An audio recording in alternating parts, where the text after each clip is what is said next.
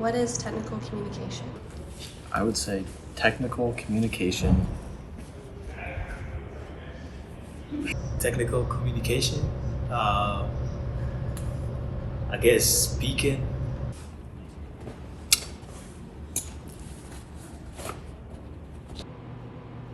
Technical communication. Well, I think it has to do with communicating through technical means. So maybe the way that you email.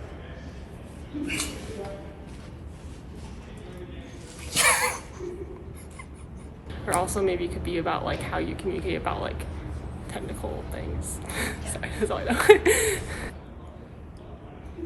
Oh my gosh, this is so much harder than I thought it would be.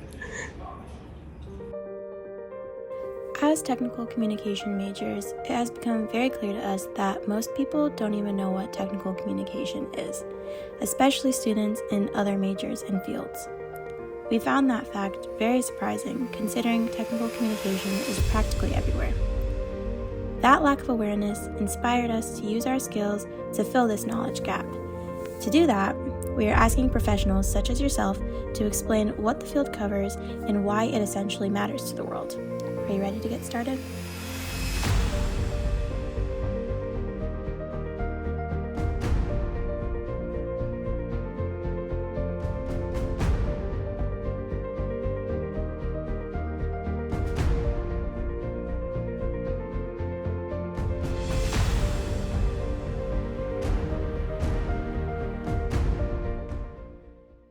What is technical communication? It's one of the hardest problems, one of the hardest questions there is. If you ask people on the street what technical communication is, they will make up an answer based on either the words technical or the words communication to cover up the fact that they didn't know what that was or they'd never heard of the term before. I regularly interact with students who have no idea what technical communication is. They don't know it exists. And I think part of that's because, very few people have the job title of technical communicator. Technical communication is a discipline that asks its writers and designers to really explain a technical, scientific, or design-based idea to a non-expert that needs that information to complete a task or to understand a concept better. The Society for Technical Communication has a very traditional answer for this. They argue that it's about communicating technical or specific information on complex topics, either to experts or to lay audiences. They also suggest that technical communication involves instructional communication, where we teach people how to do things. Saul Carliner, a former president of the STC, argues that all technical communication is instructional design. And so lots of instructional writing and lots of instruction manuals are obviously technical communication. The STC suggests that technical communication might also involve communication using technology. So they argue that things like social media, web content, and things like interactive help documentation are technical communication from that perspective. The ultimate end goal is that we can take our best ideas and we can actually put them to work in ways that will achieve our goals. This is really what studying technical communication is about, really paying attention to how do we organize complex information, how do we make it understandable and shareable and engaging. It would be pretty hard to have any part of a day where you didn't interact with something that was produced by or under the phrasing of technical communication in some way or another. Every place you go, you're going to encounter technical communication, whether or not it's walking around this building or looking at print materials about how to operate equipment. And then once you start looking at a screen, you pretty much are going to be totally immersed in the world of technical communication with all the help and the interface design and other things that go into those products. Technical writing does actually come up day to day in many different ways. I would say like traffic signs are a really important example of that. And it's a way to kind of communicate quickly what you're supposed to do in a fast-paced situation. Another example is cooking. So there's all kinds of recipes online, but we don't always, I guess, know all the technical terms, something like folding. If you are in any field that requires any type of communication at all, the skills that you learn from a technical, or that you can learn in a technical communication course, or courses can be transferred into other types of like complex communication.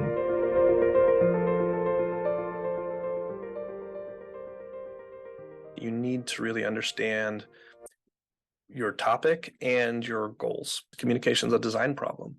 So you need to understand the problem, its parameters, and then stick to it when you produce communication. In every class I teach, in communication class, we talk about audience. And if somebody says, well, how does this look? Is this doing this pretty effective? And I say, well, I can give you my opinion, expert as it is or not, but to really know that, you need to talk to your audience, because they're the ones who ultimately are going to matter. And so thinking about your audience is a constant process.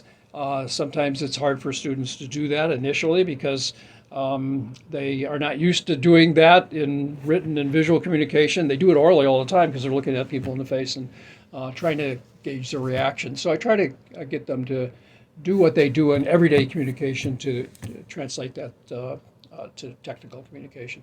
It's more than just like knowing who the audience is, but understanding also like what they already know about the topic, and trying to orient around that perspective. Because often, if you are the person writing down the information, the technical information, you most likely already have more knowledge about that topic than most of the people you're writing for. And so trying to like think through where you might have been, 2 months ago, or even longer if you're like an expert in the field. And then just remembering that your audience is not going to have as much information as you. At the end of the day, you're trying to do something for someone, and they get to tell you whether you're really doing something they like, whether you're doing something that adds value to their life and experience. And so I think if you want to be a technical communicator, one of the things that you have to wrap your mind around is you're not working with information. What you're actually doing is working on behalf of an end user, and working with that information is the thing you're doing for them, but it only works if you're actually adding value and creating a great experience for those people on the other side. Technical communication is not so much one career path as it's a really robust field of study. If there's a kind of problem or area of work that you're interested in, there's space for a communicator to come in and add value.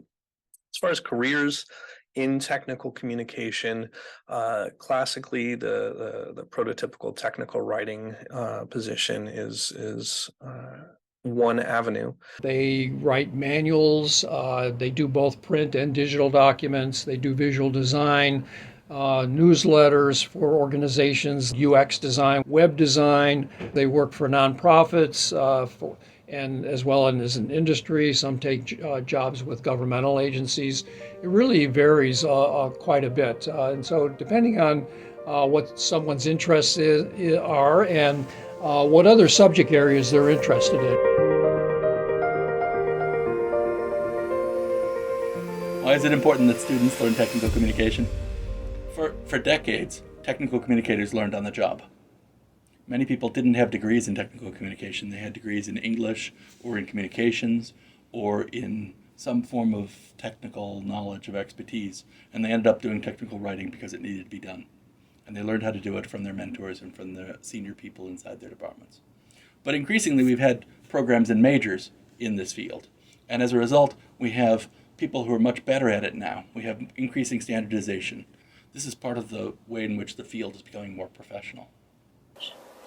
Well, I think almost any discipline, any major, across the spectrum of liberal arts to sciences, STEM, business, there are times that you need to be able to express technical information to non-experts in ways that they can use to take action. And I think technical communication courses, technical communication training really is crucial to being able to do that. And so it's really beneficial for almost anyone. The reason that people who aren't inside of technical communication need to care about TechCom is because someone's doing that work. It's often hidden work. So if you're selling propane and propane accessories, or if you're selling any sort of technical gadget of some sort or another, There's going to be a team who are writing the technical documentation for it that's going to make the users of the product happy. And even if you don't know anything about that documentation, even if you don't know anything about how that team operates, they're going to make your users happier working with the things that you sell or that you're producing. If communicating isn't your primary focus in your job, I think you still need to be prepared to tell other people what you're up to. Tell other people what your good ideas are, and coordinate with other people. So if you want to really focus in on programming or engineering or healthcare or whatever domain knowledge you want to have, you still got to tell people about it, and that requires some communication skills. One thing that a lot of students don't realize when they go into certain majors is that they're going to be doing a lot of writing and communicating, and that those skills are very highly prized. And so virtually every student on campus, whether or not they take a course in technical communication or business communication, will value that skill, and their potential employers will want to know that they're pretty good at that. Not to mention in their careers, when they start communicating about their work to others and to people who are not experts in their fields. And the secret that a lot of students don't know is when they move up in their careers, they do more writing and communication, not less. So it really has a snowballing effect. So for students in general, it's a hugely important skill to have. The thing I like about technical communication most is that I get to learn new things all the time, things that I probably wouldn't even try to learn about. It's always a kind of a learning curve and a challenge, but at some point, being able to look back and see how much I've learned about a topic and how much impact that journey has had on the documentation I write is always really neat. The thing that I'm passionate about with regards to technical communication is the idea that often it leads us to uncover even larger problems. That technical communication becomes the critical nexus point where the rubber hits the road, where things work or they don't work. And so technical communicators are in a unique position to really leverage their skills to make the world a better place, one relationship at a time. We are asking and trying to answer questions that don't have clear, direct answers. The problems we try and solve, they're hard problems because they're poorly defined. And in a lot of other areas of study and effort, there's a handful of right answers, and you can get to a very clear right answer. But in communication, you can design well and still find that there's questions to be had about what else you could have done or what else could be done. There's a never-ending plethora of real human difficulties and real human successes that come out of understanding communication. The world needs technical communication because this type of communication is what brings society forward. So someone creates something, and then in order to scale the thing they created, it helps to write it down and help other people learn how to do the same thing or do something new based on information that they have from something that was done before. So to me, it's just a way of innovating and also scaling innovations. When it comes to why we need technical communication, it's why do we need to work together? If you can pick a place where we need to work together and it requires some amount of coordination and specialized knowledge, that's where technical communication comes in. I think it's going to save the world, if anything. We need scientific literacy. We need people who can explain difficult scientific concepts, climate change, nuclear power, all kinds of different things that experts have knowledge about that other people may be timid about or they may not understand. In order to, I think, proceed safely and intelligently in this world, we need people who are experts and are elite in their areas and not go against that, but embrace that and be able to spread knowledge. That's what's going to save us in the end, and I think technical communicators do that. That's our job. We live in a complicated world. We live in a world that has more complicated choices, options, technologies, and techniques than has ever had before. We have computer technologies that allow us to do everything we'd ever wanted to do. With that complexity, with that sophistication, with that power, comes a need of understanding how those things work. Everybody I know is learning more technologies and more gadgets than they've ever had to know before. And for the most part, when people talk about learning them, they talk about a certain unhappiness they've had with the process of learning it, where the learning didn't go very well, or where they worked for a long time not knowing how to do something, or where they were frustrated when something didn't seem to be able to do what they needed it to do. And sometimes that can be fixed by simply being taught how the thing allows you to do the task you're trying to accomplish. All of that is what technical communication is about. Technical communication is about helping people be able to do things with the vast number of technologies that surround us every day.